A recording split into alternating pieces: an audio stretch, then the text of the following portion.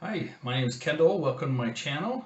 I like to cover things about fountain pens, inks, papers, journals, notebooks, all those kinds of stationery things. Today, I want to talk about this notebook here. It is called the Monk Manual, and I used it for 3 months, which is what it's designed to do. So I'll give you the details of what I think. So let's flip the camera and dive right in. Okay, so to start with, let's talk about quality and size. I'm going to say size. This is A5. It's basically A5 height, A5 width, but just a little bit narrower, just barely. I reviewed a while back the William Hanna A5, and it's hard to get these in my screen, but you can see on the width here. This has rings, so there's a little bit of width already, but page-wise, this is just a little narrower. Thickness-wise, it's very similar to this William Hanna notebook. If you're comparing this to, say, a Moleskine or Leuchtturm, this is going to be a little thicker. And quality-wise, it's great. I would say, I mean, it's not genuine leather. It's a fake leather, which some people like that. I'm a sucker for leather. I really like the real deal. I like the way leather smells. I like all of those things. So it has some ribbons. They're nice. They've got 3 of them. Just all in all, really nice quality. There's a pocket in the back, which is nice. And the paper quality is good. I like to use fountain pen, and this is very fountain pen friendly. There's one aspect, some of these, I mean, the paper is like an ivory, and then there's this printed darker shade of ivory. There is a little bit of issues writing on that, but not enough that I would complain about it. And then color-wise, I like the ink color that's used is kind of a dark green. It kind of goes with the color of these ribbons and just the color of the fake leather. I'm pretty sure there's just one option of color, but I could be wrong. So it is designed for 90 days. And it's split into 3 major sections. You have monthly spreads, weekly spreads, and then daily spreads. So a spread being, 2 pages. I'll show you an example. So here's a monthly spread. And yeah, whether you need 2 sides for a month or not, you get 2 sides. Same for weeks, same for days. So they give you enough that there's extra, so that, even if you start in the middle of a month, you can still get 90 days worth. So they give you extra monthly spreads, they give you extra weekly spreads, and then you have enough daily spreads to make all of those work. So all of these so I should say that the month spreads, there's just a few in the front, then you have the weeklies, then you have the dailies after that. So yeah, as you can see, like the dailies start here, and that is the bulk of your notebook. Then you have your weeks up here and your months in the front. So all of these weeks, months, days all have a prepare section. They all have a reflect section. So kind of before the month starts, things you want to write down that are priorities or to-dos. And then at the end, you can kind of reflect on how things went. And then they are not dated, so you can fill in when the month is, the various things. They have a space here for a habit. You can have a theme. And yeah, part of this is the mindfulness that, you know, if you're trying to follow this, it really does force you to slow down, think about what are my priorities going into this period of time, and then after the fact, if you know, before you're setting up the next month, you can reflect back. So some good things. What are your priorities? And then you can have, you know, what's one question I'd like to answer this month? One thing I can make in the next month that will impact the biggest impact. So then reflecting, what are your biggest accomplishments, relationships you're grateful for, and then your greatest insight gained. So these are all pretty cool features, and that can inform your next month.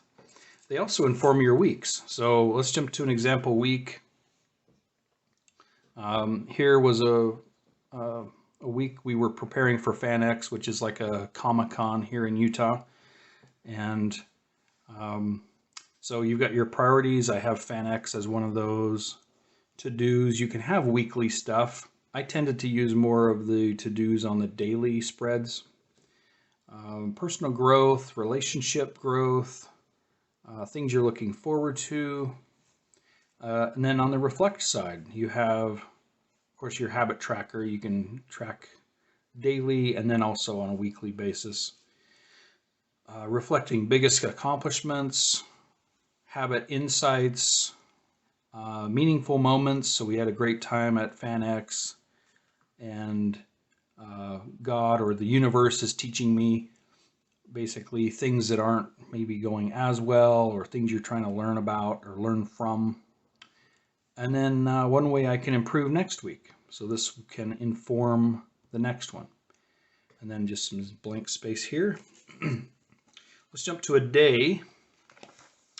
And I'll show you two examples of a day, because one of my biggest issues is how much there is available here and how much you use. So in fact, let me just show you. Look at all this white space. And if I were to flip through this book, there's a lot of white space. So I'll get to that. That is my big issue with the system. And but I'll show you the spread here. So you have your priorities that you're preparing, and again, you're reflecting on this side.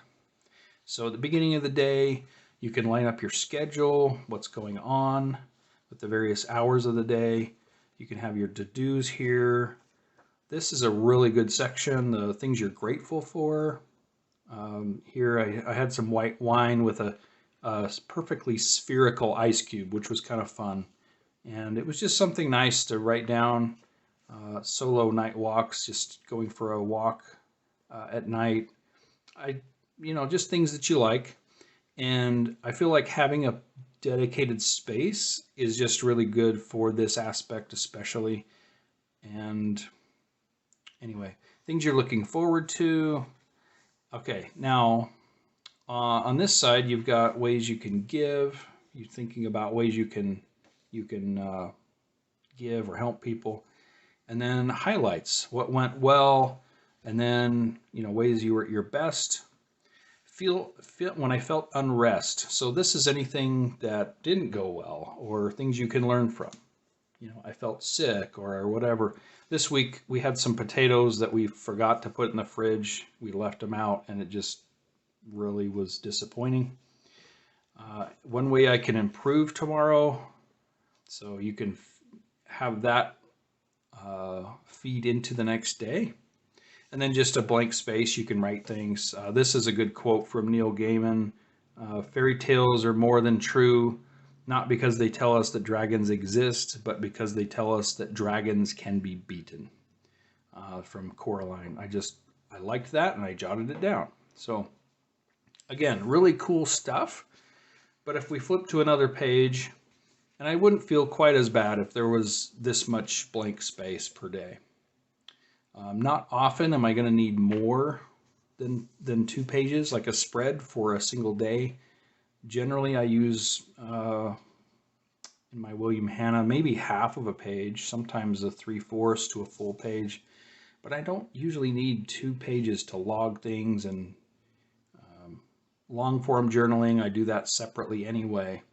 And this isn't really meant for long form journaling. This is mindfulness, reflection. So then if I compare to this, you know, and imagine that this book is more like this, lots of dead, empty space. That's my biggest criticism. I think, you know, if you've got this nice book and you've got 4 of these per year on your bookshelf and they've got just lots of dead blank space, to me that's just kind of a shame. So that's why I moved away from this system. The biggest thing I miss is the gratitude, and I don't have a dedicated space in my bullet journal or whatnot to write what I'm grateful for. I've noticed that that is just really good, and I try to think about that. And I do write down. I have a pocket notebook that I've just always got on me. This is a mini plotter. I have an initial review. I've got a follow-up coming soon. But one of the things I like to do is just jot down what I'm thankful for. So, you know, things that I'm appreciating, sea turtles, shrimp scampi, various things like that, and just keeping a running list. As good as that is, it's different than having a dedicated place like the monk manual does. So I do miss that aspect. I miss the preparing for the day or the week and then reflecting on it at the end. But I don't know. I've had a hard time being okay with using something like this and not just having so much empty space. And then it's also nice to have, you know, as an example, this Neil Gaiman quote.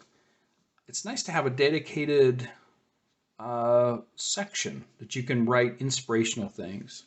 And so that's where something like this repositional notebook, like the William Hanna, you can have a full section where, okay, these will be quotes, and I can remove pages and then reposition them to have a section for that.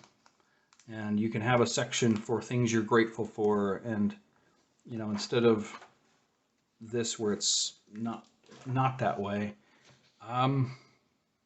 So that is basically everything I wanted to cover. I will say that it's a great system, and I really appreciate what it's doing, and I wish that it worked. And maybe there is a genius way to incorporate something more like this into something more like this. And if that's the case, that would be wonderful. And somebody out there maybe can do that. But that is all for now. Let me flip the camera back and close out this video. Okay, so that is my take on the Monk Manual. And I would be interested in your comments. So please let me know if you've tried the Monk Manual, if you've heard about it, if you have other questions that I did not get to in this video. And yeah, hopefully I've done a good job of giving you the rundown, my thoughts, pros and cons. And please like this video. That helps me. Also, comments help a lot, just to generate the algorithm. So even if you have a comment that you think isn't a great one, I would appreciate a comment anyway. And yeah, please subscribe so you don't miss out on things I'm doing in the future. And appreciate it. We'll talk to you later. Thanks.